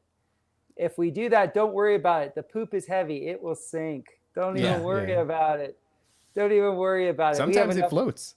We have enough chlorine to take care of it. Like, they were literally like this is how we're going to solve our drought condition. This is how we're going to destroy one of the most remarkable natural resources on the planet. We're going to pump poop into it. There is an active, I mean, since the early 1900s, maybe even before, there has been an active strategy to destroy the world's water. Yeah. Fresh water, sweet water, to destroy it. Well, that's the idea. That's the implications here with the water situation that we're making this documentary about. Is like they want to destroy it. If they can control the water, then they can subject us to quite a lot. And if you're a conspiracy theorist who's worth his salt, I'm sure you can speculate pretty heavily on how they might do that. But also, creating scarcity and things of that nature, and then having just a sort of a stranglehold on its sources, like Nestle would with the contracts over the natural springs. There is a lot of people who might not want you to talk about this sort of thing, which could explain why Joe Gilberti is now facing 15 years in prison, and they keep spraying him with a hose. You should probably stop spraying Joe.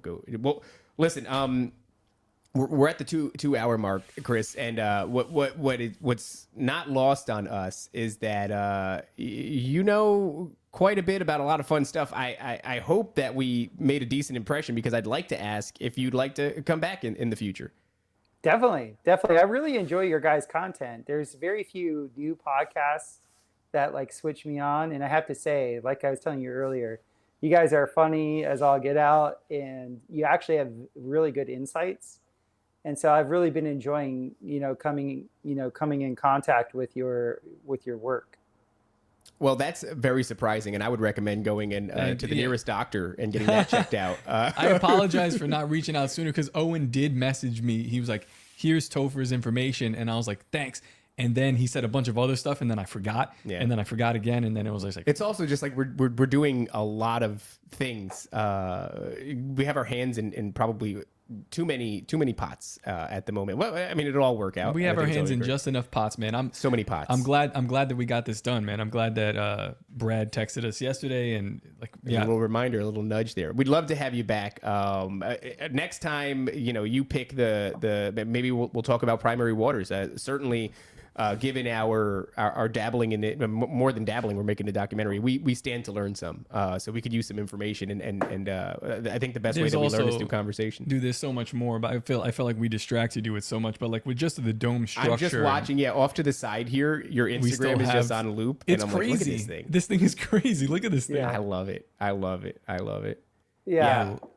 That's going to be a showcase item. That's really it's pretty significant what we were able to accomplish. We gotta make it out to Bertaria. I want to see some of. I mean, obviously, I want to see what Owen's got going out. I'd love to see some of these things in person. I want to step inside one and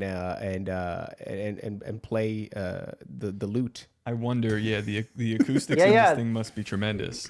Owen gave me the signal about a month ago saying, "Hey, I want to be able to record a piano session in the dome at Bertaria." That's cool. And I was like, okay, well, let me go ahead and set up a workshop. So we have a workshop starting next Tuesday I think that's the 26th. I forget. Let me look real quick. I think so. Yeah. 7 days from now is the. Yeah. Next Tuesday, the 26th, we have a 2-day nylon cement workshop, and we're going to be putting up the second. How should I say this? The finish scratch coat on the outside of the Bertaria dome, and we're going to also be putting in a temporary floor, so Owen can record his piano recording in there. We'll throw an AC unit in one side and make sure it's nice and cool. We'll call it the Bertaria Igloo, so the big bear doesn't melt. And then after the festival, we'll probably, do all the finish work, paint it up, and make it all pretty and stuff. But, I can't wait to hear how Baby Boomerville sounds. Oh yeah. that was funny. Yeah, because It's a great song. Did you? after he went out to you guys, he actually came up here and we filmed a bunch of those. Did you see the skits? I did. Yeah, that's by you. Okay. Yeah. Because when I had booked his flight and he's like, I'm not going back to Idaho. So like I was like, where are you going? And he's going to the Ozarks. So I was like, all right. So I was like, I guess you're gonna go. He said he was building bathrooms. So I'm like, I'm not gonna ask any more questions. You do Whatever you're gonna do. Whatever weird stuff you're doing out there. No, so yeah, his campground is like 45 minutes away from where I live. So it's all good. It's good stuff. Very cool. Awesome, man. Well, we got to arrange something. We'll probably have you back before we end up doing that, but I want to see some domes, dude. We're going to go out and go see some domes? Yeah, dude. I mean, this is like, last question. Are you working with Kanye West or were you working with him as well? Because I know he's doing stuff like this. I got some, like, so his, how should I say this? He had an IT, whatever you call it, like internet, like whoever does like all the film and recording stuff, he was actually a slave of mine for a year. I was like, wait. Okay, all right, go on, yeah. And when a builder buddy. He was a builder buddy, but he was a slave. Brian will always be a slave. And so as my slave, he was kind of upset because he was living here because he wanted the gravy. He wanted to build and do all this stuff. And I was still had my company in Costa Rica. And I was still going back and forth to Costa Rica. And every time I'd be home, I was like, I don't want to do anything. Like, I'm shot. And so he didn't, the second he moves off the property, I start building here and doing all this stuff. But during that time, he was working for Kanye in a limited capacity.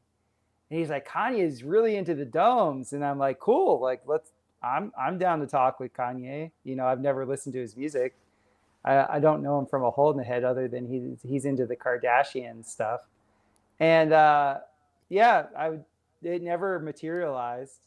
I think Owen talked to him about the domes a bunch.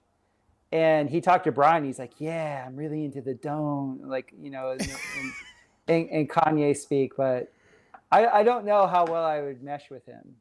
I think you'd probably end up loving him. You'd find him overwhelming for sure. But I imagine that he probably would love domes. He's just got so many other things on his mind, like running a porn website and all that other stuff. That, well, now, I don't know how you'd mesh with him now. Yeah, you wouldn't mesh with him now. He'd probably show you his wife's tits, and then you'd go, all right, well, those are talk about domes. All right, let's end it, please. I don't have any more one-liners. That was bad. That's when you know it's starting to degrade. That was bad. Topher, can you tell the people again where they could find you, your podcast, all your stuff? Yeah, my podcast is the BioCharisma podcast, and that's on all the players.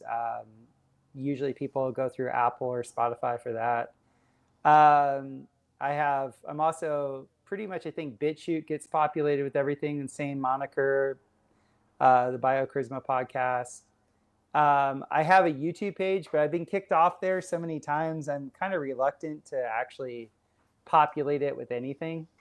Because I say the word too much and they really don't like that's that. A huge problem. They don't like that. Yeah, they've literally there's been so many live streams. The second the word is said from a guest, I'm off. Yeah, I'm booted. that's it.